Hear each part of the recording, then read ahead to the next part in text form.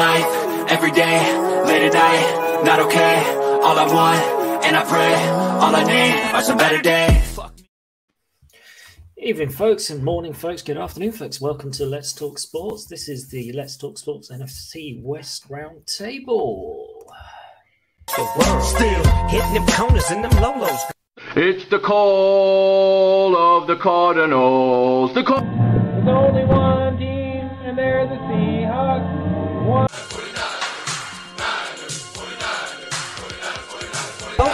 Still taking my time to perfect the beat, and I still got love for the streets. It's the DRE. Representing for the gangsters all across the world. Still. There we go. We all like that. So that gets Man, the Rams have the best music. They do have the best. Hands down. Hands down. To be honest, I did when I was putting that together. I kind of searched for marching songs and whatever else, and fighting songs, and that's like the fighting songs of the Cardinals and the Seahawks. And then you got to the Rams, and you're like, that's just not fair, man. That's just like the song that comes up. That's their touchdown music as well. It's like. It's 100% the right song to end the intro on, though. Yeah. I'm going to say that was all my creative juices coming in, and that's got nothing to do with that. So we're missing Sam at the moment. I think he'll join us, talk Rams and stuff. But I suppose really kind of that's a bit of Sam's fault, because obviously the intro and the game coming up this week in the NFC West is the Rams against Cardinals. That's going to be the one that we're going to be diving into. But Bo, from your perspective, Seahawks first. Breaking new ground, if you like, for the NFL, the first international game played in Germany.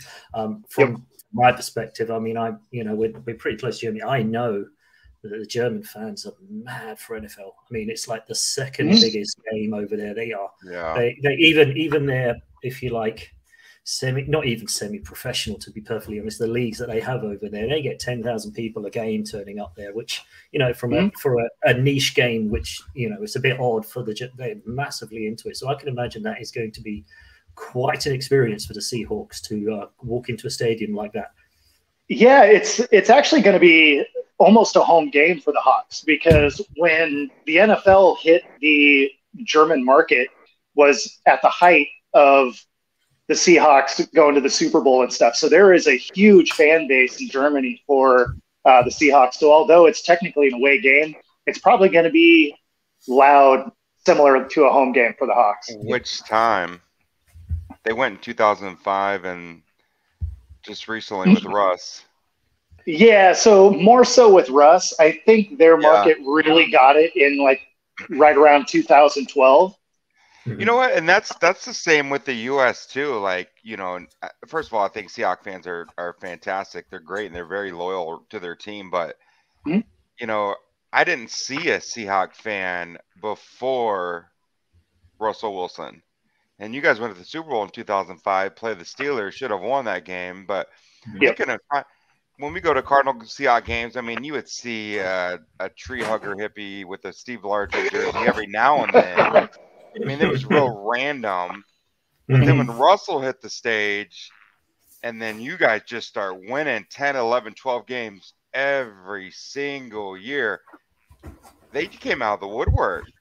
And now when you come and you play in Arizona, we're lucky if it's 50-50, especially if the Cardinals aren't doing good like we're not doing this year. I mean, that game – last week was tough because it was a lot of Seahawks fans. Yeah, you could actually hear the Seahawks chants on the broadcast. That's rough in a visiting stadium. It was awful. I enjoyed it, but but for a home fan perspective, that's not good. And it's interesting you mentioned that, JT. And it's one of the things from a UK perspective that we're not blessed with enough games for that to make a difference. Any game in London is sold out. It's loud. It's all go all the time. And it would be interesting to see, as you say, Arizona fans, maybe as the Arizona Cardinals, they're not playing that well. They start to go, is it worth us going on a Sunday? Whereas, in the UK at the moment, we're just like, we're going, doesn't matter. It's not our team. What. We don't care. We're turning up. It's an NFL game, Sam was lucky, Sam just joined us. Hey, Sam, how you doing, buddy? Oh, yes. Yeah.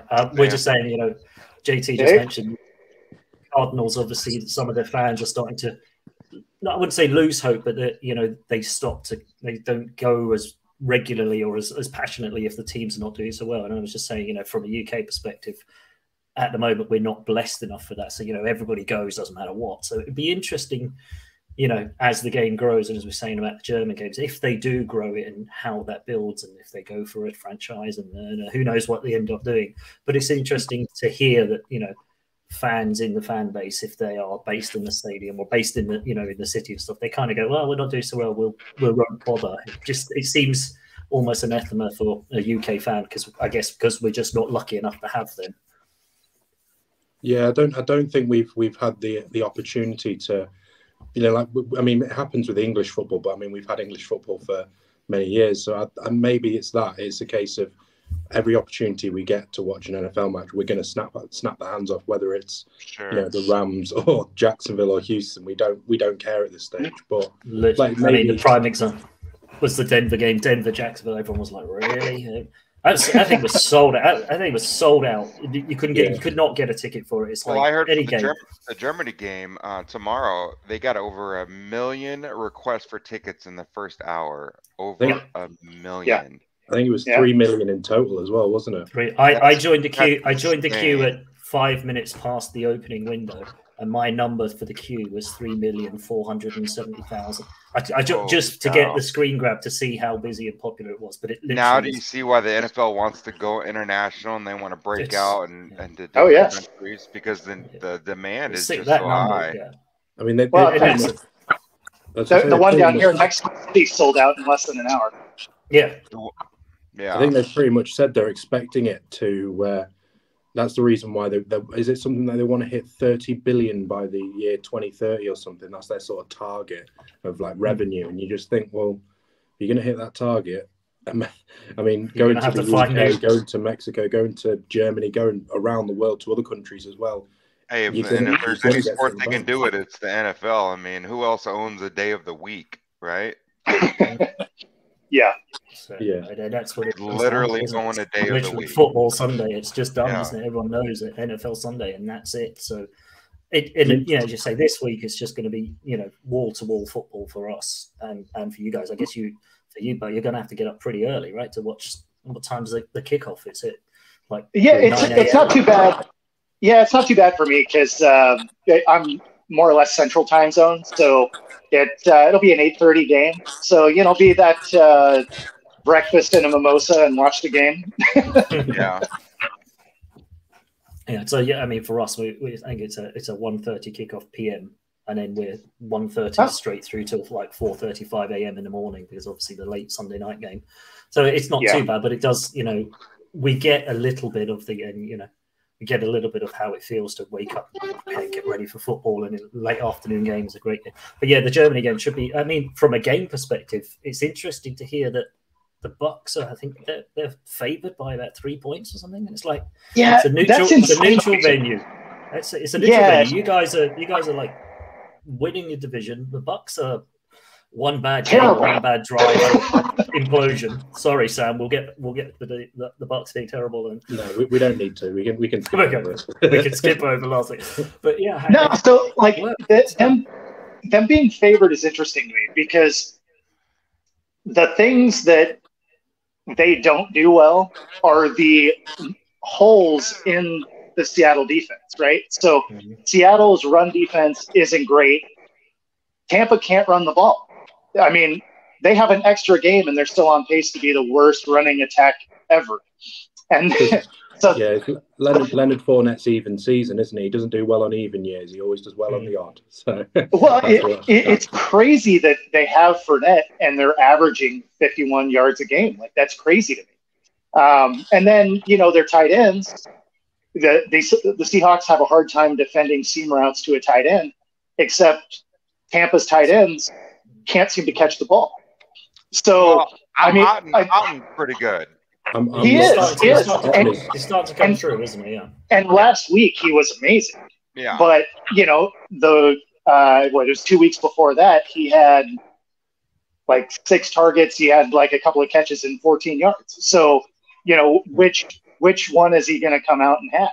But if you can't, it's like a Jekyll and Hyde team, isn't it? It's are you going to get the good brain? Are you going to get a good Bucks, or are you going to get the we can't be bothered Bucks, or we can't put it together, or things just brain fade don't Absolutely can't catch the ball, can't run around, whatever it is. It's every week. Well, yeah, you got Mike Evans dropping a wide open ball down the field, right? So I mean, tough to bank on it. But when you got a team that can't run the ball at all, now all of a sudden your defense gets to play a lot looser because they don't necessarily have to respect the fact that you're going to try and run it up the middle.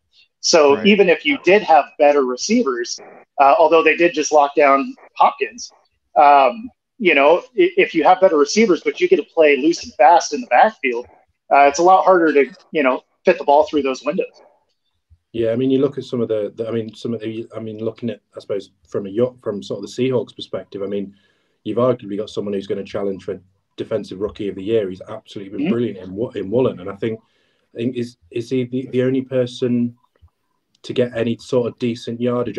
Was Hopkins in one, like he had one good play, and then he was just marked out for the rest of the match. You just think if you can get someone like him up against Evans, that could easily you could have something that was similar to the way they played us, apart from the very last drive. It could work out that. Well, unlike the Cardinals, though, they also have another wide receiver in Godwin. So I mean, is he fit though? Is he healthy this week? He is healthy, but I think one thing as fans we've got to remember, and it's hard because we're so emotional, right? Is that those lines go by betting patterns. Right? So if people are betting maybe the Seahawks, that moves the line. It's not necessarily who's better. As bettors, though, we see every now and then little cupcakes like that. I'm going to throw all my money on that. Are you kidding me? I see with my eyes the Seahawks play every game. I've seen quite a bit of the Bucs play. The Bucs aren't that good. The Seahawks, I hate to say it, they're legit. Yeah. Kenneth Walker, it's almost like with every step he takes, he's gaining more confidence, and you can't stop that man. They give him the ball, I believe, over 20 times. I think it was 22 times for 110 yards. That's ridiculous. In the first quarter, we were doing a good job of locking him up. He was getting little 2-3 yard games, and I turned to my buddy sitting next to me and I said, "You wait. In the fourth quarter, those are going to be 8, 9, 10 yard games because Seattle just doesn't stop. What they do is Geno Smith is like, he just negotiates the game, right? He's a game manager. He doesn't throw too much. He'll throw every now and then, but he gives Kenneth Walker the ball constantly. And it's like that just wore on our defense over 4 quarters.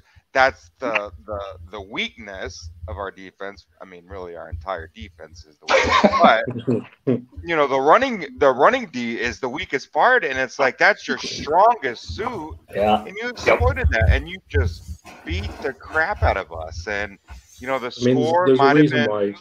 The score showed a little bit closer, but it really wasn't even that close. I mean, you guys just and not to take anything away from Woolen or what the secondary did to Hopkins, but you didn't shut Hopkins down. For some reason, Kyler just stopped throwing him the ball. You guys did a cover 2, and you put a man over top of him and a man up against him, so you did double him.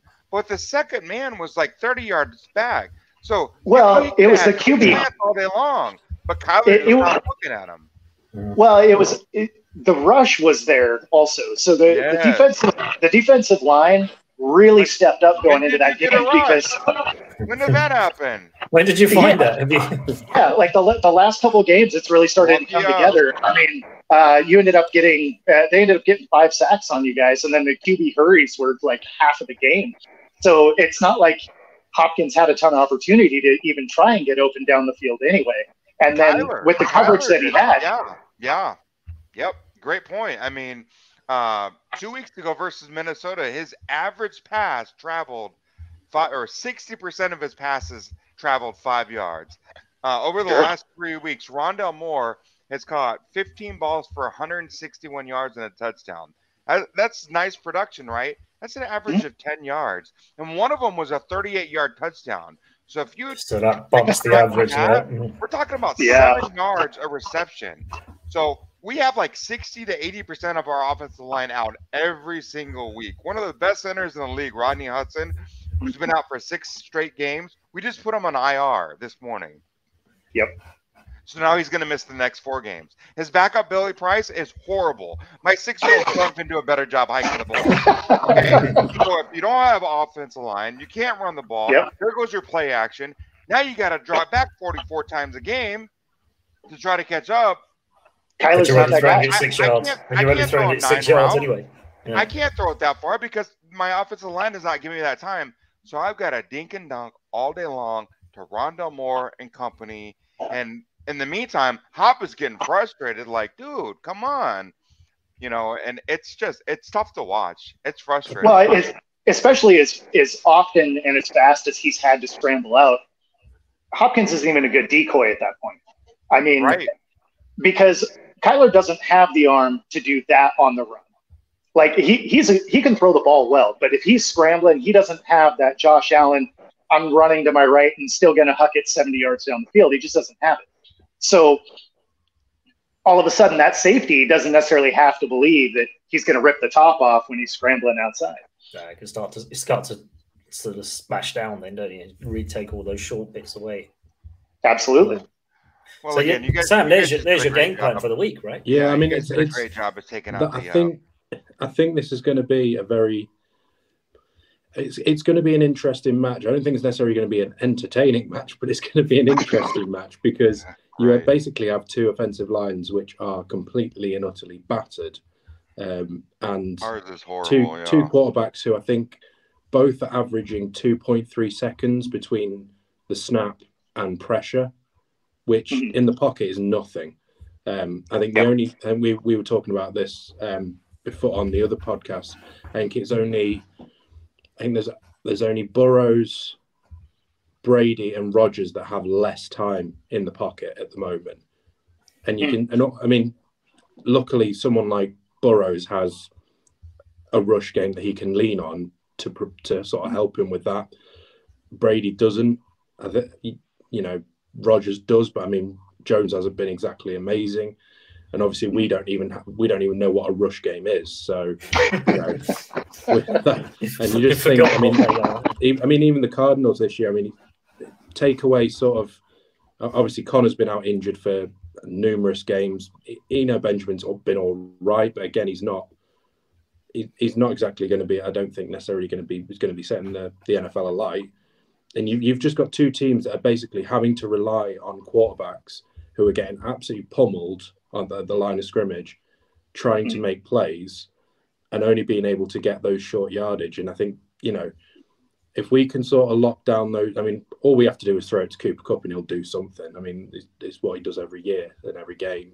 So I think if we can just do that and, you know, try and get Stafford, I think he needs to get out of the pocket and throw a few more.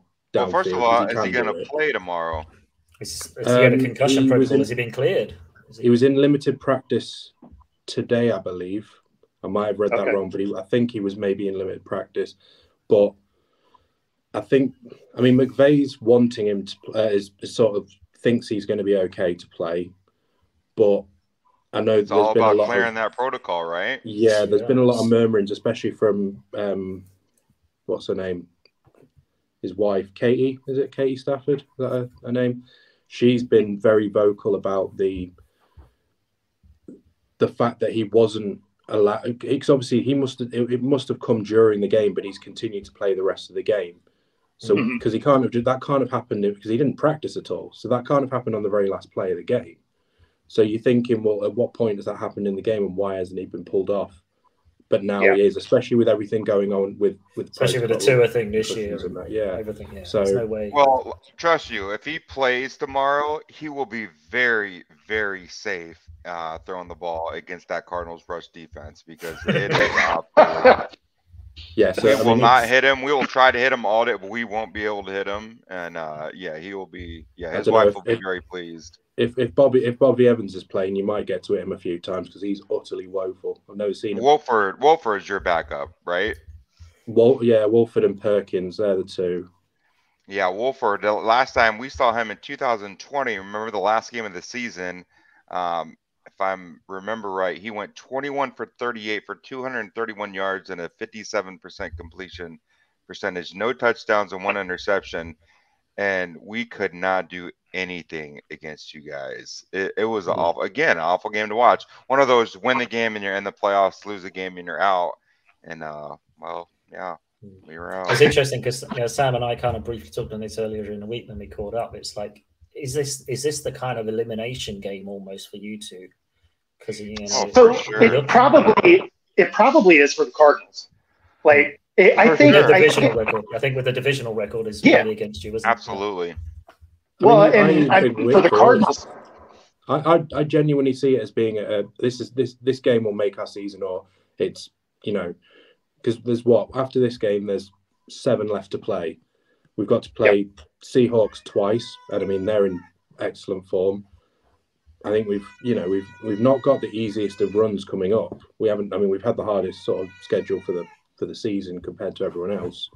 Not making that an excuse. We've not. I mean, you did win. You did win the big one, so you've got to expect.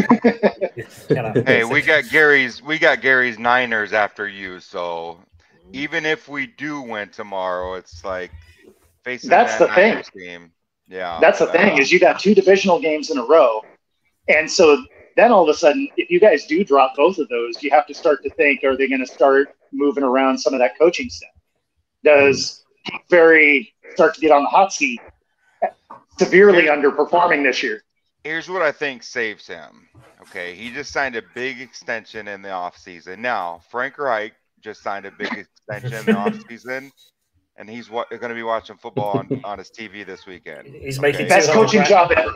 But best coaching job ever. I think what's going to save Cliff's job and ass is Hard Knocks.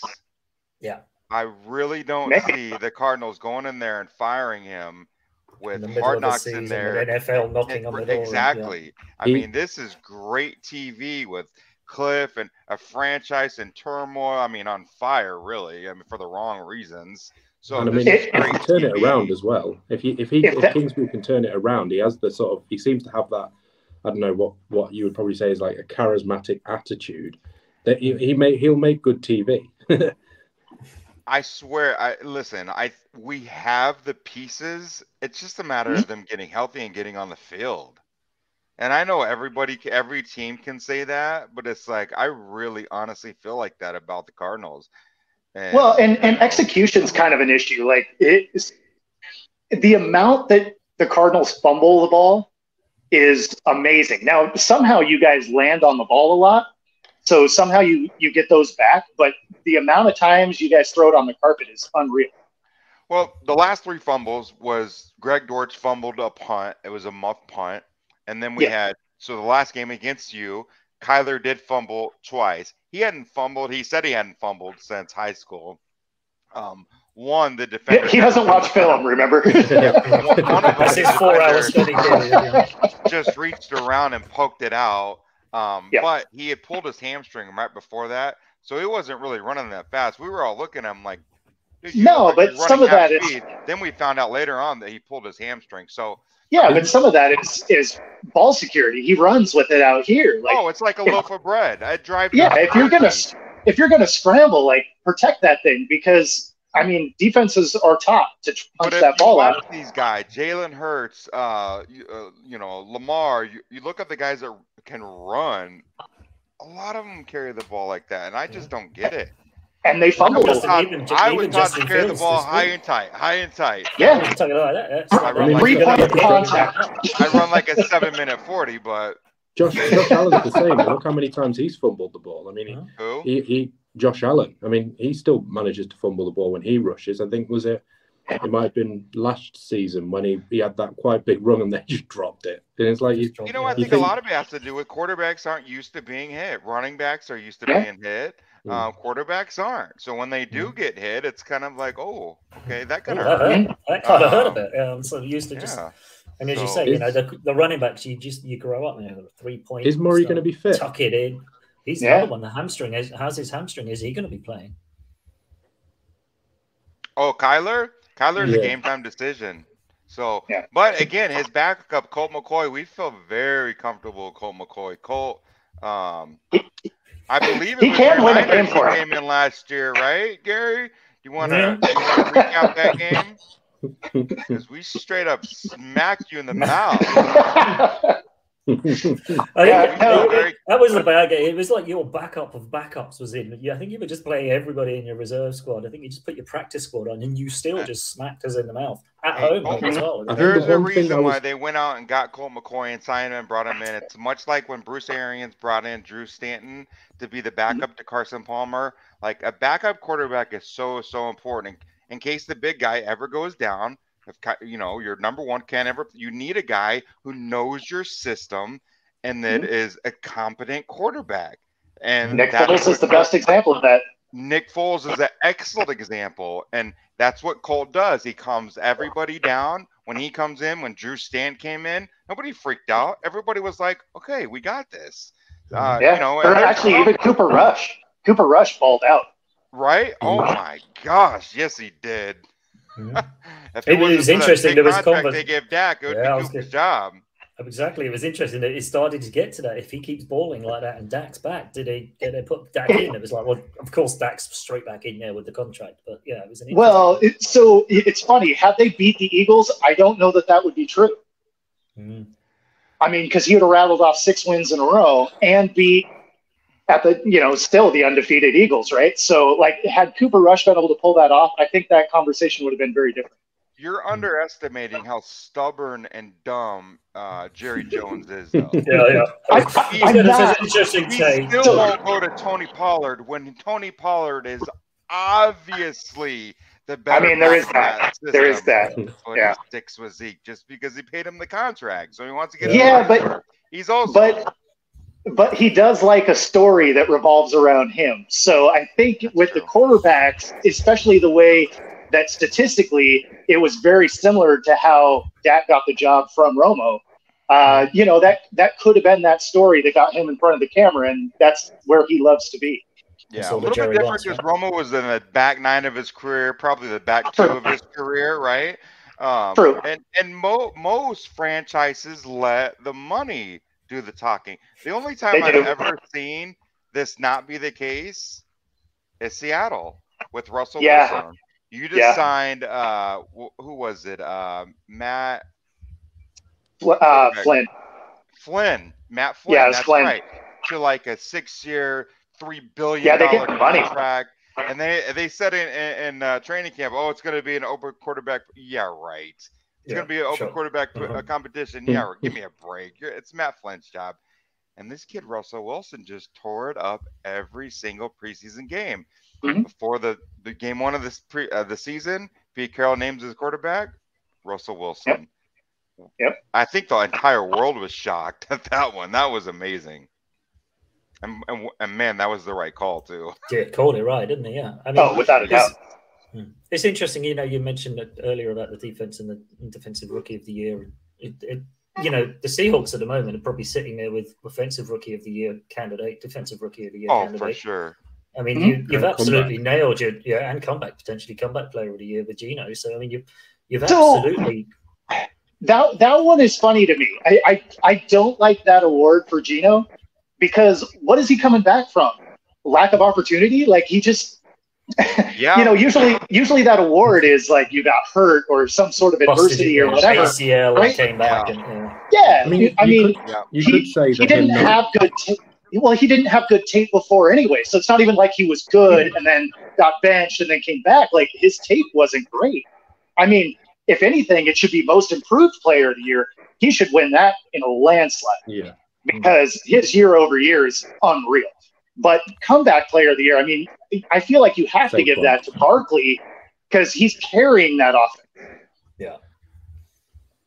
But I think when you look at, and you're right, there's not a lot of great tape on Geno Smith, but it's the expectation that comes with being that number 1 overall pick, right? True. Yeah. We all expect greatness for you to walk on water and piss beer, right? And when that doesn't happen, team after team after team, I mean, you get dubbed a bust. And for sure. He goes to Seattle, learns that system for a couple of years. All of a sudden, he's a starter. You guys, to add insult to injury, you get a lot of great picks for Russell, and Look at you now. And that's why you have that smile on your face, Bo. Don't think I don't see it. Yeah. Put this permagrin on your face, and you can walk around. It's been amazing. It's been amazing watching this because, I mean, at the beginning of the season, I had us as a 7-win team, and I was being laughed at as, oh, that's optimistic. Right. And I think we'd have all said you were being very optimistic, as you know. Yeah, you and had your now Seahawks glasses on and stuff, but now, right? And now you're looking at, there is a real potential to potentially end up with a 12-win season. Oh, for sure. And a playoff team, It could be a playoff team that's playing well. It's not like it's like the Bucs who are 4-5 and scraping into the playoffs. It's a team that is, is playing well in a division where you've got the Super Bowl champs, you've got the Niners who are signing the best running back in the league, and they're still above both of them. Yes, fair enough. And the number one defense. I mean, Stanford's defense is unreal. Yeah. So, I mean, it's a difficult division to be in, but you're also beating the games where if it's not divisional, you're winning those games. And it's, I mean, you beat the Giants. And I mean, everyone was talking about after the Giants went 5-1, it was this Giants team are a serious potential upsetting team for the NFC, and you brushed them aside like they were nothing. And I was worried. I was worried going into that game because, again, one of the weak spots for that Seattle defense is the run game, and the one thing that New York does well is run. That was a real concern. I didn't expect that game to go the way it did. I got a question for you, Bo. Why is it that so many fans don't believe in the Seahawks? I know the Cardinals kind of went through that last year. We were 7-0, and people still were like, "Yeah, you're the Cardinals. Like you're gonna mess it up." And then we had a chance to beat Green Bay for the 8th game, and it's like turn around AJ Green. AJ Green turns around. We're 8-0, but here we see with our own eyeballs, the Seahawks are playing some fantastic football. Now you got Ken Walker running the ball. Geno Smith not throwing interceptions. You've got a very competent passing game, much above average, and a defense is getting better every single week. But then you have a team like the Buccaneers, right, who are just bad. You just watch them on TV, and you're like, this is bad football. They're just every phase of the game, right? They can't get it together. They lose one game against, I'm sorry, Sam, a bad Rams team. They won one game, and all of a sudden it's like, oh my goch, the Bucs are back. Okay, the Bucs are back. No, panic over. They're not.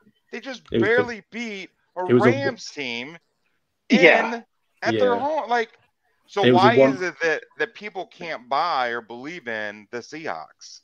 So some of it is media bias, and they're really not buying 100%, and they're not buying into Geno the way he's playing. They're like, oh, the wheels are going to fall off it at some point, right? But the thing that's sustainable about Geno is what he's doing well is the decision making. So that is something you can always build on. The talent around you, you never know. But if you're making good decisions, that's a sustainable thing. But the problem media-wise is you have guys like Troy Aikman and Joe Buck who absolutely hate the Seahawks. Like, even when the Seahawks were going to Super Bowls, in those Monday night games, they're talking about just how bad the Seahawks are. You had the best defense, one of the best defenses ever. You had a very efficient offense, and anytime you hit primetime, those guys are like, the Seahawks are going to blow it. It's like, okay, well, if those are the guys that people are listening to, there's going to be a spin outside of our market because the only commentary they hear is the Seahawks are bad. Seahawks are going to blow it. The wheels are going to come off. I think it's as well. It's that idea that people don't expect Geno to be doing what he's doing. So sure, but I mean, at what point does that stop? We're at week 10. And it's like all you got to do is look at his stats, watch him play, and it's like, okay, this kid, he's found the right system and the right coach. And you just wonder whether or not people are watching it. I don't think it will stop. You're right, Sam. I think it's you just have certain certain quarterbacks, certain players in general, just seem to just get this stigma where, you know, doesn't matter whether if they, you know, you string together 10, 11, 12, you know, a whole season's worth of games, people are always going to be expecting you to do something wrong.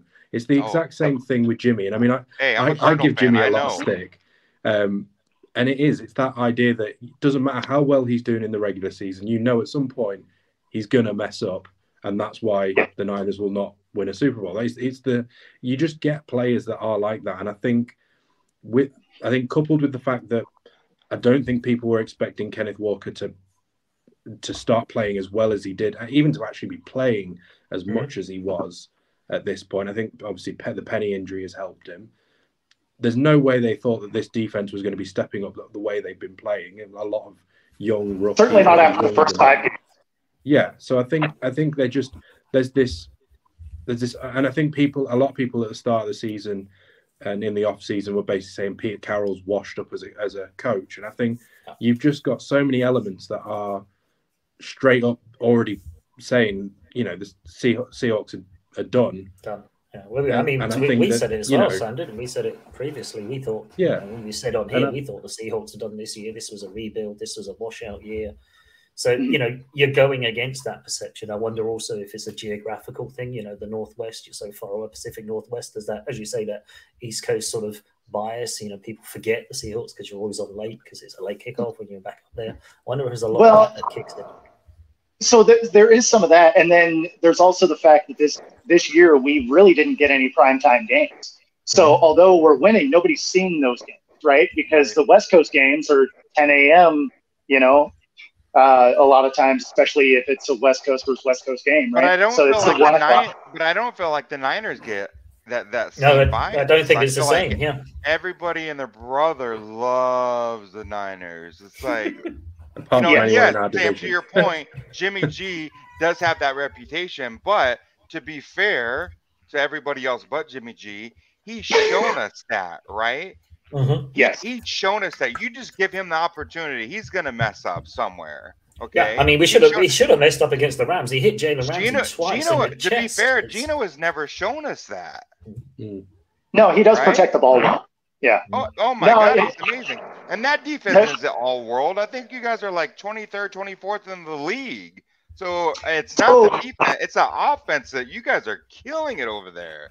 So the thing that's funny about that is that ranking is because of how just horrible those first 5 weeks were. Right. Because if you break off the last 4, if you look at the last 4 weeks, they are top 5 in just about every category. Yeah. And you're playing so, I mean, right now. It was amazing, that turnaround. I don't know that I've ever seen a team make that shift, especially with how many rookies are on the field. So six rookies. Like it was night and day. Yeah, 6 rookies and then like 3 other guys that are in their 2nd or 3rd year. So I mean, it's impressive. It's impressive. So I guess from that point of view, I'm just thinking, you know, maybe you're suffering a bit from the same sort of thing that they do in college football rankings. You know, you had such bad 5-game start that everyone's kind of already written them off almost, and so they've just ignored you for the last 5-6 weeks. Yeah, you're winning. It's like, yeah, it's going to come. They're going to go back to that first 5 weeks or 4 weeks, you know, when they weren't very good. They're missing the evolution. It's won though. They still won games. No, they've been on top of the NFC West the entire time. Yeah. The game that made me mad was that Atlanta game, because that team is so just all over the board. I mean, especially when you watch. How did Atlanta treat you guys? They handed us a beating. They beat down on us. They just sent. Not everyone can beat Atlanta. Everybody else can beat Atlanta. That team is so frustrating because, like, they beat us, right? And then you watch them throwing a ball from their back. It's like you're just. I mean, if Carolina could catch the ball on defense, they would have had 7 picks. Right. I mean, Mariota can't throw a ball to save his life, but he can run it quite well. He was completing it to the Panthers, no problem. Well, I think it was the black uniforms, wasn't it? That threw him, I think. Those Black Panther helmets were sweet. They were badass. I think it was the Seahawks. I think it's the Seahawks kind of performing a little bit above expectations. I think you'll all agree. And it's the Niners, in my opinion, who have the best 53, who have the best. I mean, their defense is lights out. Great running back, great receivers. You know, what's going on? Talk about. I mean, you expect so much out of San Fran because they are just loaded. And they just can't seem to put it all together. What's going on over there? I don't know. I think initially, you know, the plan of action was, you know, to kind of introduce Trey and to go down that road of, you know, RPO sort of inside runs and a lot of that. So a lot of the training, a lot of the off season was focused on inside runs and inside sort of stuff it up the gut and use Trey's feet and whatever else. Obviously, that kind of went horribly wrong. Jimmy's come in. We know Jimmy does the game management, as we said. He's not going to be moving the ball. The gameplay and the stuff that Kyle then has to scheme for Jimmy is completely different. And you know, so it took a week or two for that to kind of come good. Seriously bad games in between there. You know, the game against the Bears, which monsoon season, whatever, the Broncos game that we're all trying to wipe from our memory, if at all possible. That was horrible. Then, you know, we go into Atlanta, we kind of win one and then think, well, maybe we're starting to see it. And then we go up against Atlanta and just get absolutely, you know, just pummeled. And as I said to Sam earlier this week, the bye week could not have come at a better time for the Niners. They had a number of players that have come back. They got McKivitz back. They had Al-Shaair coming back. They got Mitchell coming back. Greenlaw's back. Bosa's had an extra week to get all fit. All those pieces are starting to kind of come back. We didn't get Armstead back, which is a bit of a shame. But apparently Kinlaw has been practicing, which is going to be a big one for us up the middle because we've been weak in the middle. I'm assuming he'll come back. But yeah, we've been weak up on sort of like in the defensive tackle end. So that's a worry from us. So I think it's just a case of, it's just, you know, 1 week good, 1 week bad. We've not had the consistency to kind of put a run together. And maybe we went into the bye week with some great momentum after the Rams game.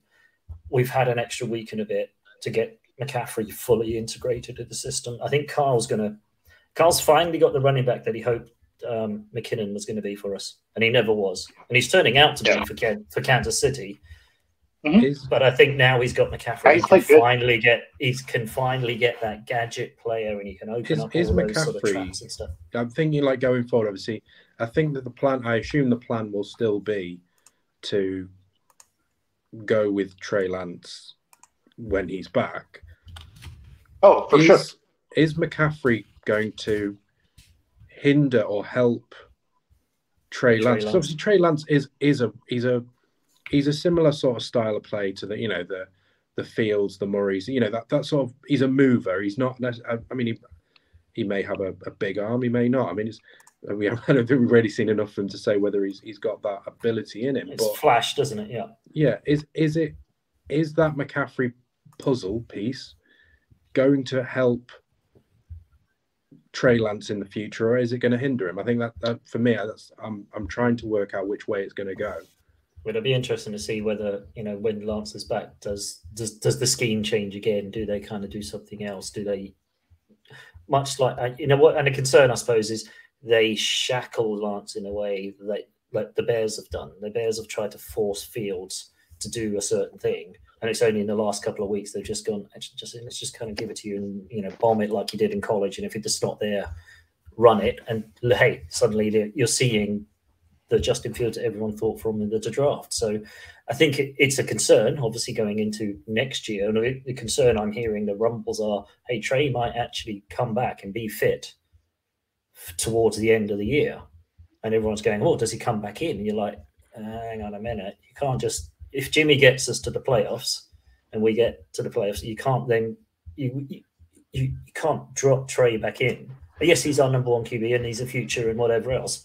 There's no way you could drop Trey in playoff run, untested, game and a half. He's only had like a game and a half. Of all the positions, yeah. I think QB, you can't just, and it's not like he's an established quarterback that's been out injured. He's still, I would say, this is almost like his rookie season as the starting quarterback. But he is a quarterback. Again, going back to that money piece, he is a quarterback that the San Fran spent a lot of money to get. A lot of capital. It's like, man, so how stupid are you going to look if you don't end up playing him and you just let him go? I think, well, especially with what move. you see. Well, especially with what you see, the compensation ended up being for the Dolphins out of all those picks. Right. We talked Yeah. about talk about cleaning up. Yeah. Yeah, they got 3 first rounders for this. I mean, but you say the same again, you know, about the Seahawks. They cleaned the Broncos out of, and I thought that. I thought the Broncos didn't do too bad out of that initial. You know, you got Wilson and whatever else. I thought it was kind of fair. Now it's looking like you've absolutely taken them to the cleaners. Absolutely. I mean, you're going to be a playoff-bound team with a write top an 10 apology note to Denver.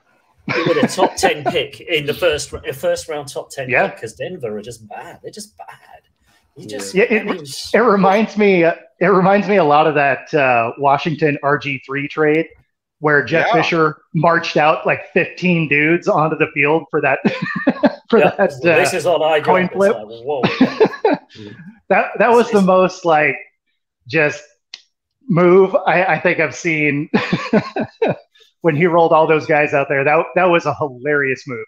Yeah, it's the way to do it, isn't it? Right in your face, and absolutely just like, we took you to the cleaners, and hopefully, I mean, in a weird way, you kind of hope that the Seahawks play the Broncos next year and do something similar of like, you see all these guys, this is all thanks to you. But I mean, yeah, that's a bizarre one. You're right with the trade for Lance, the capital we gave up, what the Dolphins have done with it, all of that balancing comes in, and all the the money and all of the people are starting to weigh it up. You can't drop him in at the end of the year. It's certainly that'd be crazy even if he's fit. He's not an established, been there, done that. It's like he's not our starter. Yes, he was, but he's not had years of it. If it was going back, Joe Montana had gone down, and we had Steve Young for a few games, but then Joe comes back fit. Joe walks back in, right? It's not like that. There's no way you do that now. Yeah, I mean, you'd just be feeding him to the wolves, I think, if you because the thing is, you'll throw him in. He may do a couple of things. The moment he doesn't have a good game and it potentially a playoff game that you end up losing, then you're out of the playoffs. He's almost write his career off in San Fran. I mean, it's not too. He'll get absolutely ripped to pieces, and it'll all be his fault, even though he's had 3 weeks, or whatever. But are we, without being too dramatic, or whatever else? He's got a 1-year show it deal left. He's always that's the flip side for Trey. He sat for the first year, Jimmy doing another. He was supposed to come in injured, whatever else. Jimmy was a busted shoulder and a bad thumb. What's interesting this year is that actually we're seeing a fit Jimmy, and I think what we're seeing from Jimmy this year is actually like maybe that shoulder was actually pretty bad, because some of the stuff some of the throws he's done, some of the stuff is like that's maybe 2019 Jimmy. Maybe that thumb, maybe that shoulder was pretty bad towards the end of the year. But if he's had moments, he's played well. And if that was the case, how bad was Trey last year that he couldn't start? Which is another kind of issue that you kind of lingers underneath. He wasn't good enough to get Jimmy out of his starting position last year. Jimmy was busted up. From what I gathered, I don't think Trey was ever going to be. At least it didn't seem like Shanahan wanted to just throw Trey straight in. He was never a plug-in because he didn't play in college. No, he wanted that year of learning the NFL, and he did start sort of scheming him into a few plays and things like that. And I think that was the right thing to do for Trey's progress in his NFL career. Now he's had another injury, a big injury. Yeah, you're almost back at square one with him. Do you just think, right, this is like essentially his rookie season, give him that shot? Because I mean, this technically will be his third year in the NFL. So his third year of his first rookie contract. It's like you're then thinking, well, if it doesn't work out this year, he has 1 year. Do you take up the option? Do you sign him? You want to be, especially with what you paid for him, you want to be in a position where you can turn around and go, well, we're going to take his fifth no matter what. No matter, you're going to bet the house on him. Going to give him a big franchise deal. I feel like you have to take grab his fifth-year option at this point anyway, just because at this point he's either been injured or behind Jimmy or whatever. Like, you don't really know what you have. So you're almost obligated to do it just because of how much you put out to get him. And then, yeah, if he's just terrible, then, you know, you don't sign him beyond that. But I feel like you almost have to take that 5th year. Yeah. But yeah, you got to hold off giving him the franchise tag. You're the quarterback for the next 10 years because that was what he was drafted for. But you know, we just haven't seen it. And bad luck, you know, not beating Jimmy out the year before. But yeah, next year could be interesting. But the talk that I saw that hey, he'll be fit towards playoff period. He should come back into the team. It's like my mind was just blown. I can't believe any sensible 49ers fan is thinking that. But then I know, and we all know that there are some fans out there who sensible and fandom don't quite go together. Well, I mean, you know, and there is that stigma with Jimmy, right? Like he's gonna throw that pick at the most inopportune time. Like it's not an if, it's a when, right? Like you're just expecting that. I mean, I made a meme last year where I had 3 star defensive backs and Jimmy G, and my headline on it was, "When you absolutely need a turnover, who do you want on the field?" Yeah. And it's not the defensive backs, is it? Yeah. Exactly.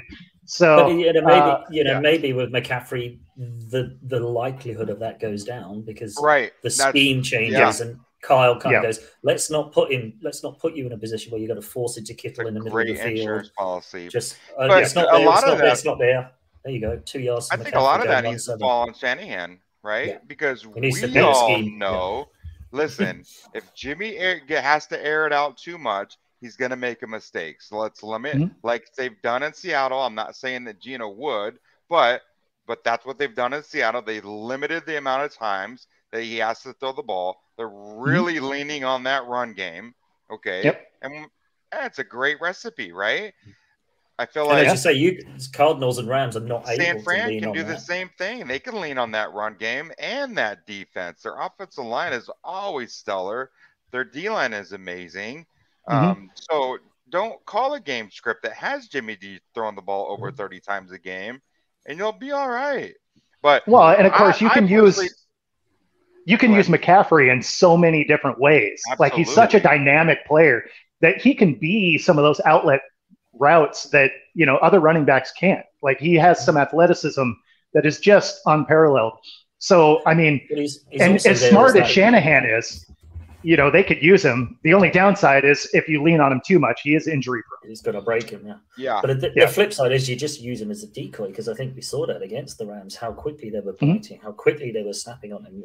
You know, the lob throw that McCaffrey did. The whole defense bit on that, and it was like, so use him as a decoy, you know, throw him out there, pretend you're going to throw a screen to him, watch the defense's eyes go there, and then just toss it over to Ayuk, who's going to be, you know, it might open up that thing, but you know, especially this week against the Chargers, whose run defense is shocking. It's just feed Christian, give the ball to Christian, let Mitchell come back into it, and thank you very much. Make a nice, ideally, from a 49ers fan, a nice, easy, let's just win the game and go to bed nice and, you know, relax. I don't need to be up at 6 in the morning. Mitchell today too.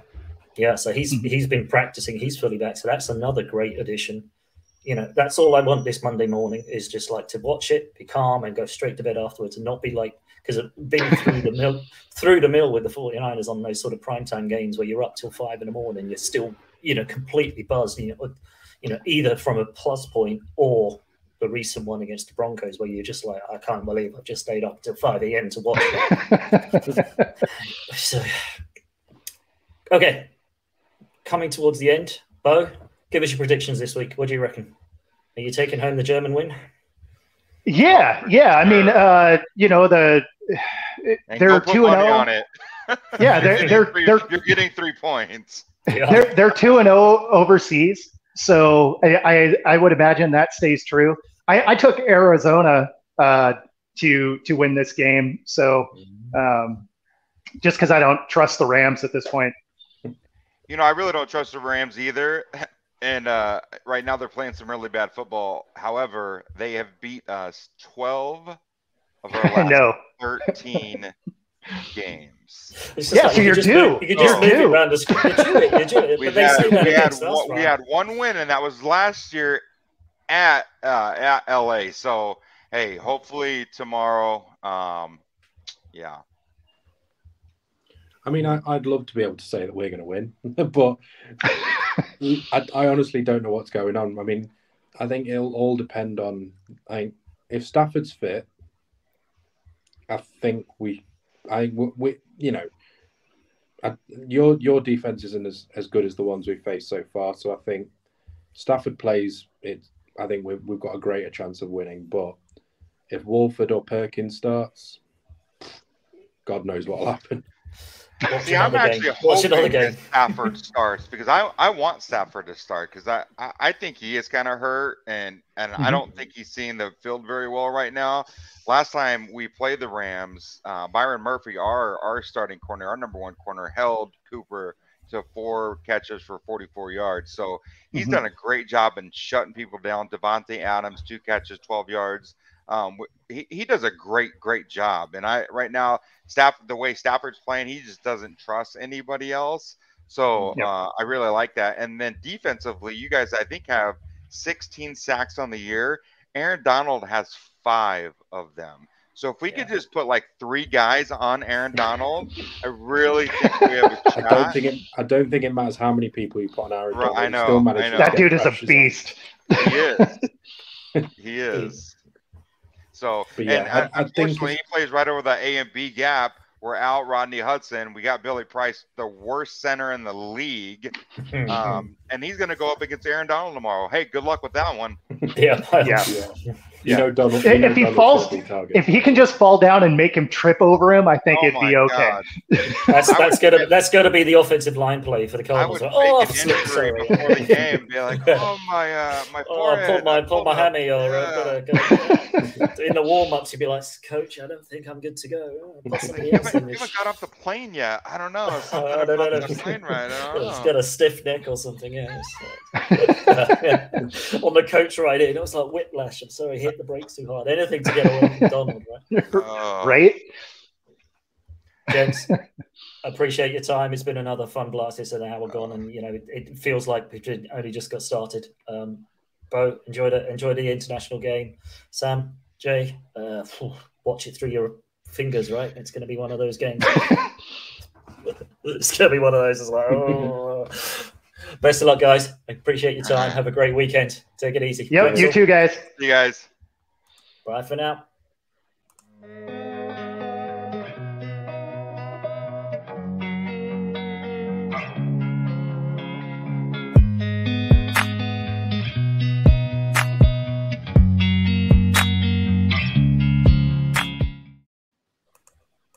I should have pressed the button.